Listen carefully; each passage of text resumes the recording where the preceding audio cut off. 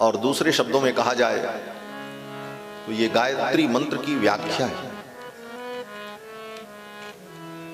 अर्थोयम ब्रह्म सूत्राणाम सर्वोपनिषदामपि गायत्री भाष्य भूतोसौ।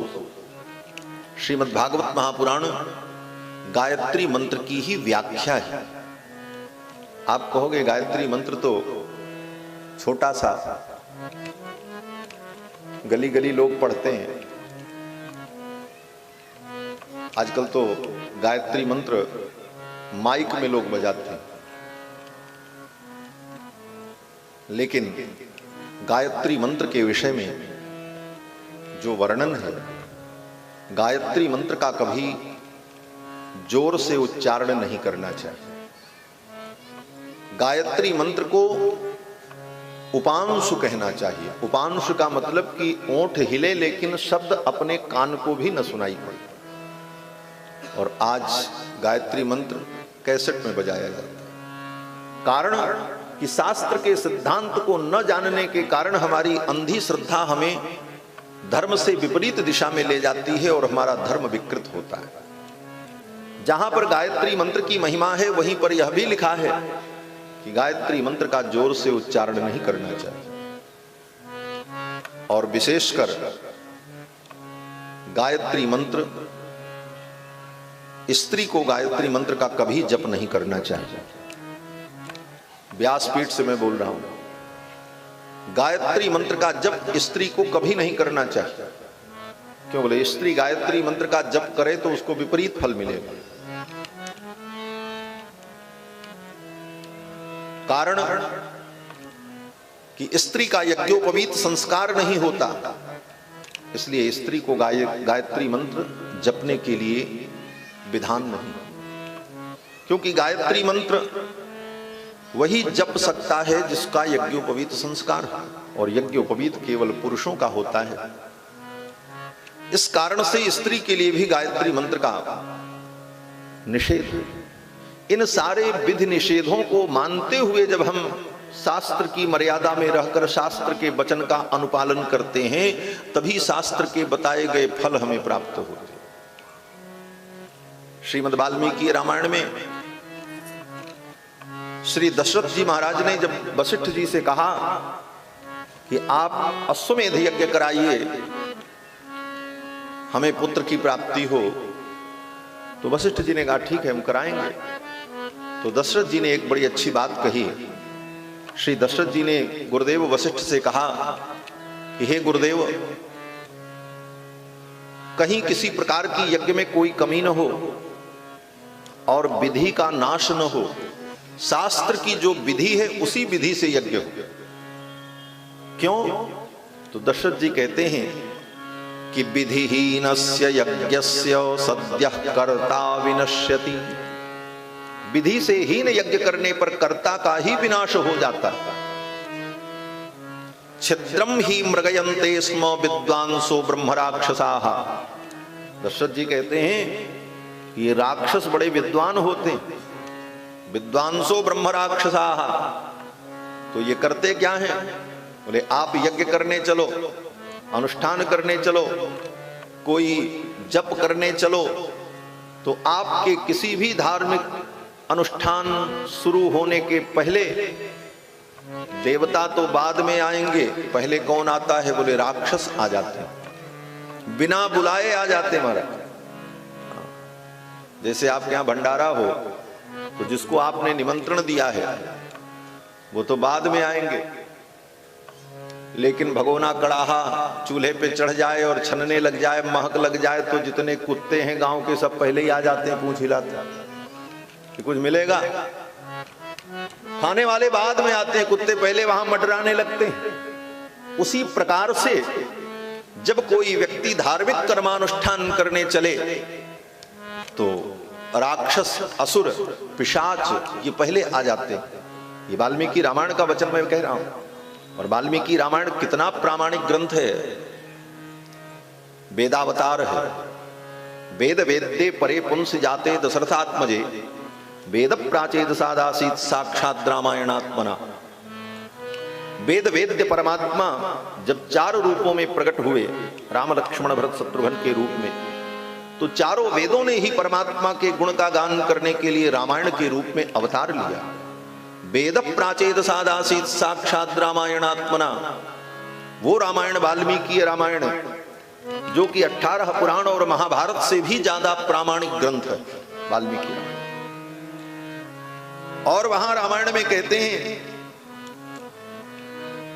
कि महाराज यज्ञ यागादि कर्म करने चलो तो राक्षस पहले आते हैं, असुर पहले आ जाते हैं, और आकर के करते क्या है? बोले ये तुम्हारी कमी ढूंढते हैं। छिद्रम ही मृगयन्ते स्म, तुम्हारे कर्म के छिद्र को ढूंढते हैं, कहां कमी। ये छिद्र ढूंढना भी सबके बस की बात नहीं। लोग कहते हैं बड़े छिद्रान्वेषी हैं। बोले छिद्रान्वेषण करना किसी की कमी कौन बता सकता है? वही बता सकता है जो उस विषय का मर्मज्ञ होगा। इसीलिए विद्वान का एक नाम है दोषज्ञ। विद्वान विपश्चित दोषज्ञ, ये विद्वान शब्द के पर्यायवाची शब्द हैं। तो विद्वान को दोषज्ञ भी कहा जाता है क्योंकि वो दोष जान लेता है, वो पकड़ लेता है गलती कहां हो रही, इसलिए विद्वान को दोषज्ञ कहा जाता है। तो ये राक्षस भी बड़े विद्वान होते महाराज। विद्वांसो ब्रह्म राक्षसा, दशरथ जी कह रहे हैं। और वो करते क्या हैं? बोले वो तुम्हारे कर्म को सावधानी से देखते हैं, कहां इससे गलती हो रही, कहां इससे शास्त्र की विधि का उल्लंघन किया, और शास्त्र की विधि का उल्लंघन नहीं दिखाई पड़ा, उस कर्म के फल का वो नाश कर देते हैं।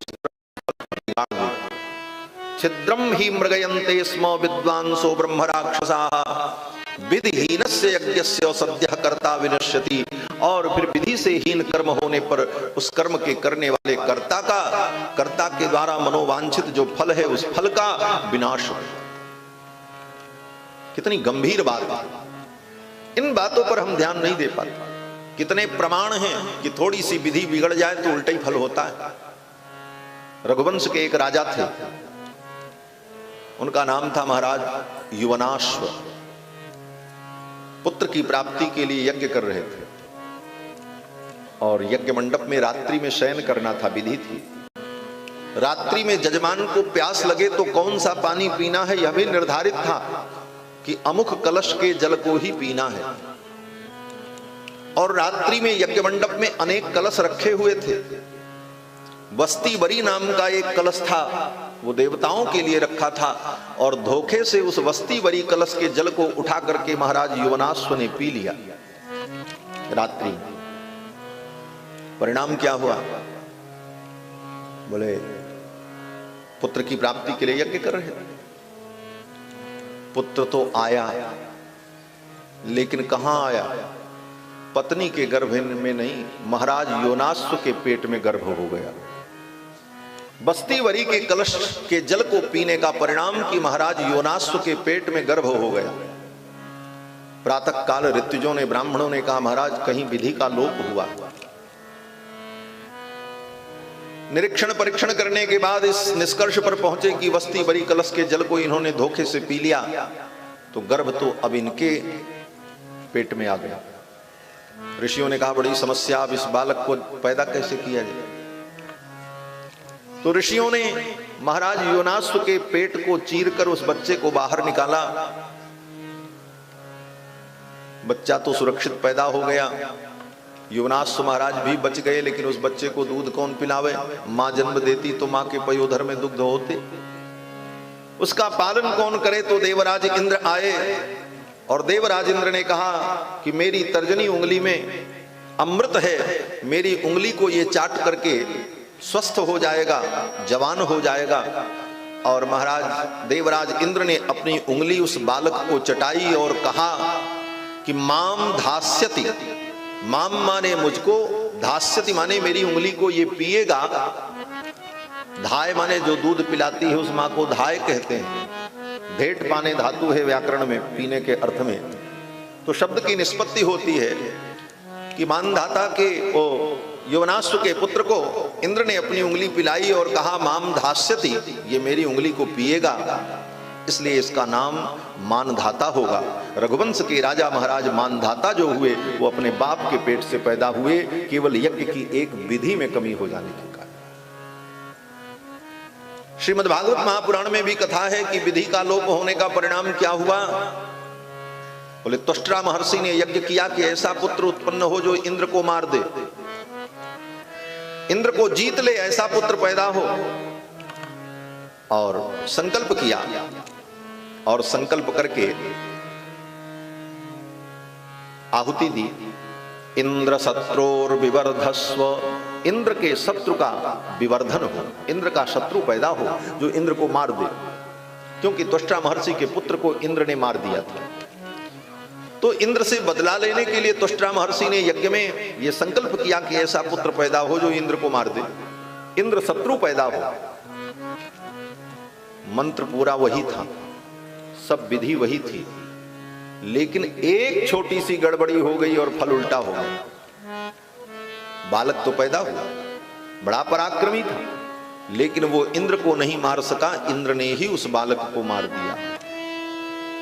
और गड़बड़ी क्या हुई बोले, सुन करके आपको आश्चर्य होगा कि जिस मंत्र का उच्चारण किया त्वष्टा महर्षि ने, उस मंत्र के उच्चारण में एक स्वर का केवल अंतर हो गया, बस। स्वरतो वर्णतो मिथ्या प्रयुक्तो न तमर्थमाह, सवाग वज्रो जजमानम हिनस्ति यथेन्द्र शत्रु स्वरतो पराधात। स्वर के एक अपराध के कारण त्वष्टा महर्षि के पुत्र को इंद्र ने मार दिया। और शब्द था इंद्र शत्रु, यही शब्द था। इंद्र शब्द, शत्रु शब्द के दो अर्थ होते हैं, दो प्रकार के समास होते हैं। इंद्रस्य शत्रु, इंद्र शत्रु, षष्ठी तत्पुरुष समास, और इंद्र शत्रु जस्य बहुब्रीहि समास। अब दोनों में अंतर क्या होगा? बनने के बाद शब्द वही बनेगा, इंद्र शत्रु, इंद्र शत्रु, लेकिन कहां पर बहुब्रीहि होगा, कहां पर तत्पुरुष होगा, वो एक स्वर के उच्चारण से भेद समझ में आएगा। और उस एक स्वर का उच्चारण बिगड़ गया और उसका परिणाम उल्टा हुआ, और वो बालक मारा गया।